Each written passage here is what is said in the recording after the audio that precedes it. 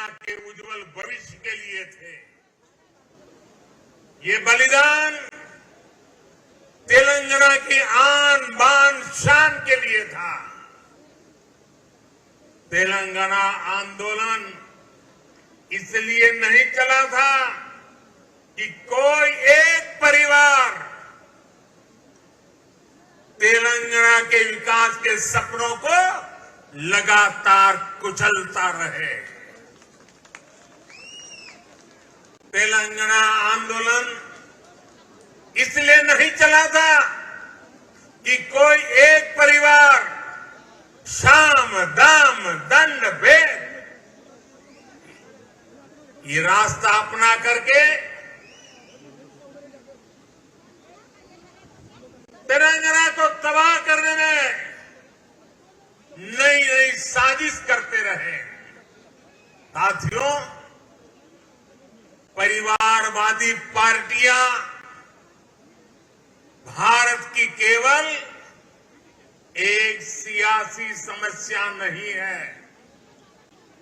परिवारवाद और परिवारवादी पार्टियां देश के लोकतंत्र और देश के युवा दोनों की सबसे बड़ी दुश्मन है। देश ने देखा है, तेलंगाना के लोग देख रहे हैं कि एक परिवार को समर्पित पार्टियां जब सत्ता में आती है तो कैसे उस परिवार के सदस्य भ्रष्टाचार उसका सबसे बड़ा चेहरा बन जाते हैं। तेलंगाना के लोग देख रहे हैं कि परिवारवादी पार्टियां किस तरह सिर्फ अपना विकास करती हैं, अपने परिवार के सदस्यों की तिजोरियां भरती हैं। इस परिवारवादी पार्टियों को गरीब के दर्द की, गरीब की तकलीफ की न उनको कोई चिंता होती है, न कोई परवाह होती है। इनकी राजनीति सिर्फ इस बात पर केंद्रित होती है कि एक परिवार लगातार किसी भी तरह सत्ता पर कब्जा करके लूट सके तो लूटता रहे। इसके लिए ये लोग समाज को बांटने की साजिश रखते हैं। जनता का विकास में उनकी कोई रुचि नहीं होती है। पिछड़ेपन, समाज पीछे रहे, उसी में उनका भला देखते हैं।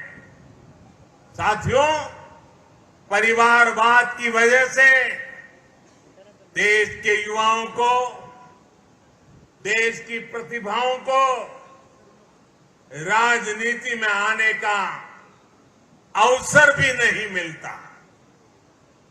परिवारवाद उनके हर सपनों को कुचलता है, उनके लिए हर दरवाजे बंद करता है।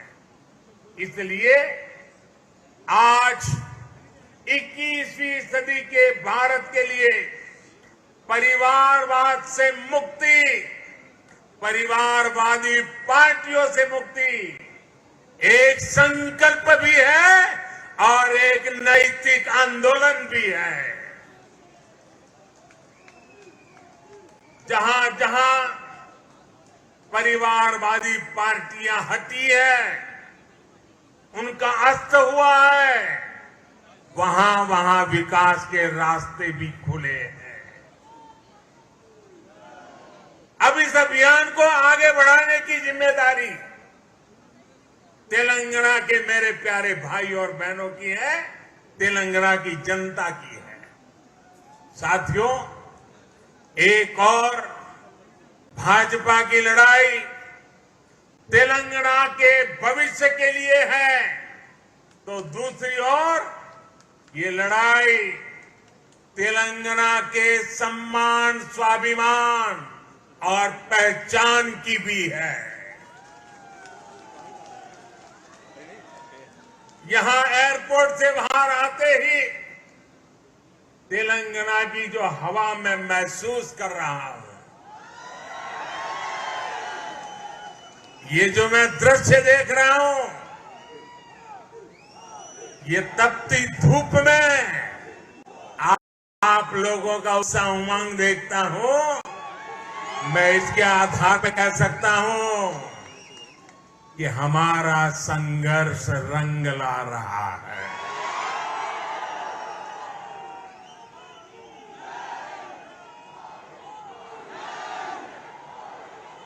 पिछले दिनों अलग अलग चुनावों में भाजपा की जीत इस बात का स्पष्ट संकेत है कि तेलंगाना में अब लोगों ने मन बना लिया है। तेलंगाना में अब बदलाव पक्का है। तेलंगाना में अब भाजपा तय है। साथियों, भाजपा ने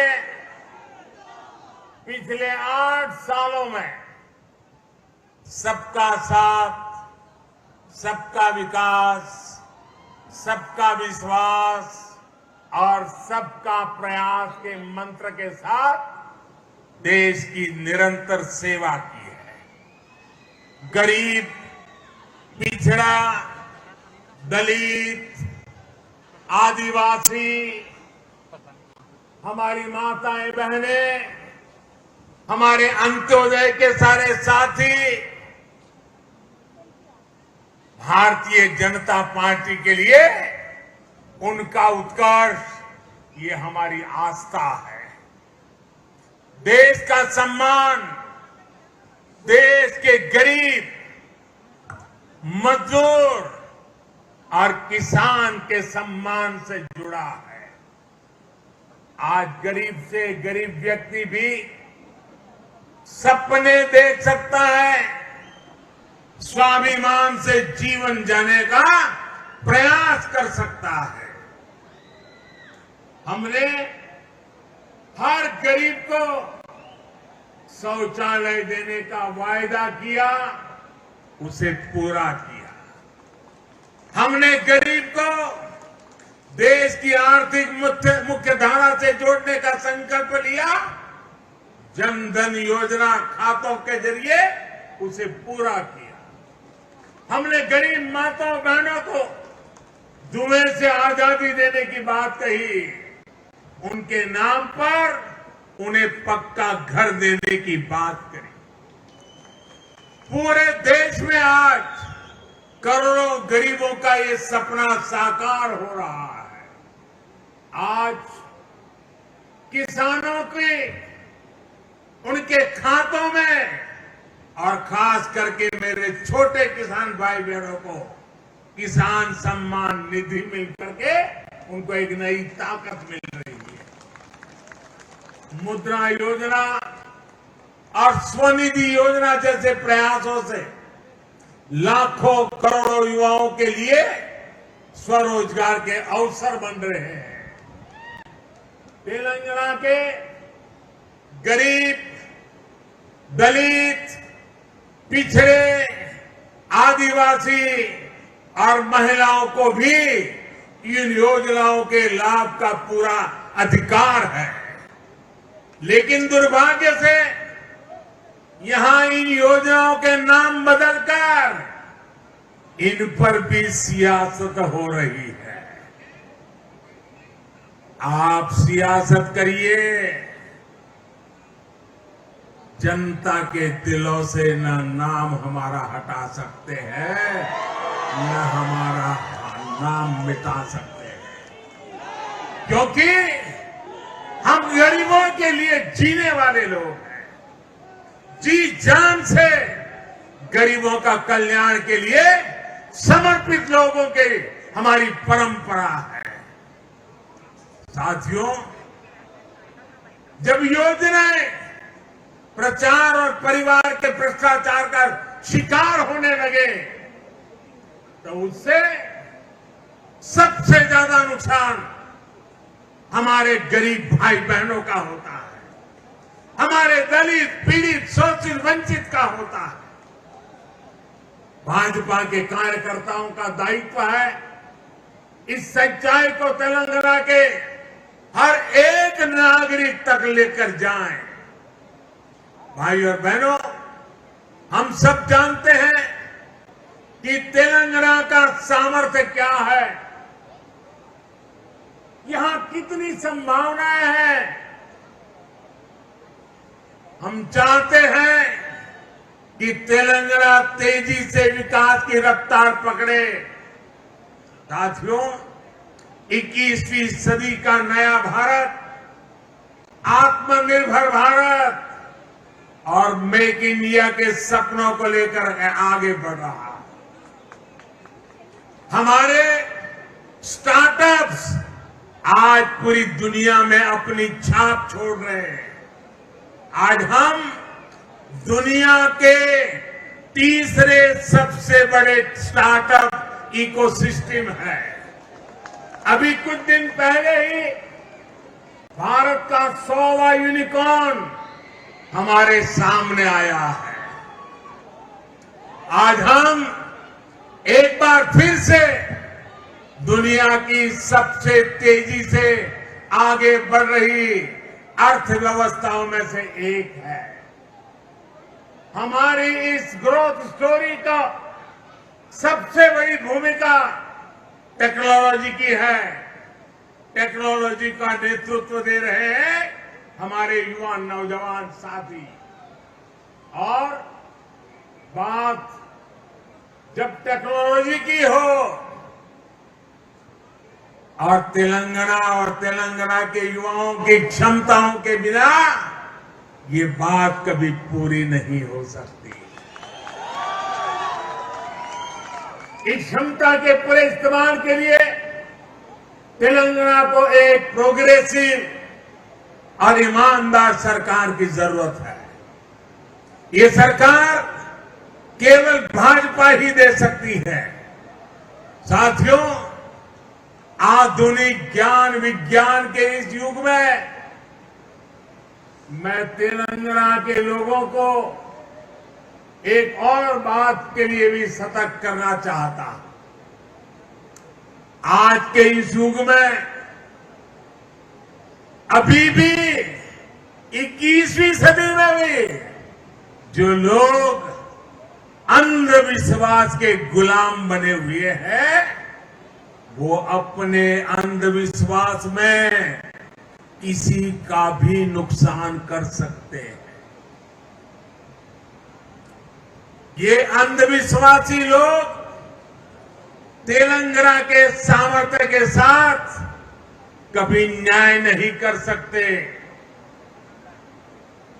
साथियों, मुझे याद है जब मैं गुजरात में मुख्यमंत्री था तो वहां भी कुछ शहरों की पहचान बना दी गई थी कि उस शहर में कोई मुख्यमंत्री जा नहीं सकता है, अगर वहां जाएगा तो उसकी कुर्सी चली जाएगी। भाइयों बहनों, मैं डंके की चोट पर वहीं पर जाता था, बार बार जाता था।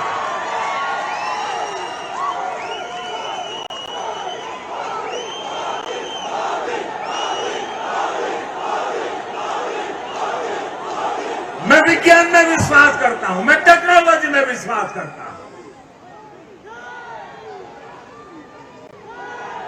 भाइयों बहनों, मैं तो आज तेलंगाना की इस धरती से उत्तर प्रदेश के हमारे मुख्यमंत्री श्रीमान योगी आदित्यनाथ जी को भी बधाई देता हूं।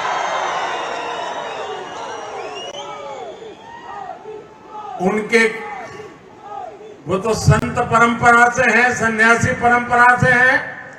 उनके कपड़े और वेशभूषा देख करके कोई भी बात मान लेगा। जब उनके सामने आया कि फलानी जगह पे नहीं जाना चाहिए, ढिकनी जगह पे नहीं जाना चाहिए, योगी जी ने कहा मैं विज्ञान में विश्वास करता हूं, और वो चले गए और दोबारा मुख्यमंत्री भी बन गए। अंधविश्वास को इस प्रकार से तवज्जो देने वाले लोग तेलंगाना को, उसके भविष्य को कभी संवार नहीं सकते हैं। भाइयों बहनों, ऐसे अंधविश्वासी लोगों से हमारे तेलंगाना को हमें बचाना है। मैं आप सभी भाजपा कार्यकर्ताओं से कहूंगा, हमें पूरी मेहनत करनी है। हमें तेलंगाना की जनता की सेवा में कोई कसर नहीं छोड़नी है। मुझे पूरा विश्वास है कि भाजपा का हर एक कार्यकर्ता इसी उत्साह और समर्पण के साथ आगे भी काम करता रहेगा।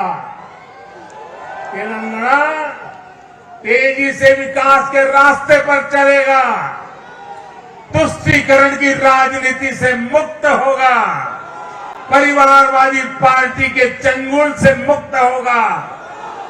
और भाइयों बहनों, मैं 2013 वो समय भूल नहीं सकता। मैं तो गुजरात का कार्यकर्ता था, पूरा देश न मुझे जानता था, लेकिन हैदराबाद ने एक ऐसा इतिहास रचा था जिसने पूरे हिंदुस्तान की सोच में परिवर्तन लाया था। मैं आपको याद दिलाना चाहता हूं, हिंदुस्तान के सार्वजनिक जीवन में वो पहली घटना थी, और हैदराबाद तेलंगाना के लोगों ने करके दिखाया था। जब मैं हैदराबाद आया तो मेरा भाषण सुनने के लिए टिकट रखी गई थी, पैसे देकर के आइए सुनने के लिए, और मैं देख रहा था तेलंगाना के लोगों ने टिकट खर्च करके इतनी प्रेम वर्षा की थी, इतनी प्रेम वर्षा की थी, और उसे वही एक टर्निंग पॉइंट था कि आज मुझे देश की सेवा करने का मौका मिला है। यही हैदराबाद, यही तेलंगाना हम नया इतिहास बना करके तेलंगाना में झंडा गाड़ने वाला है।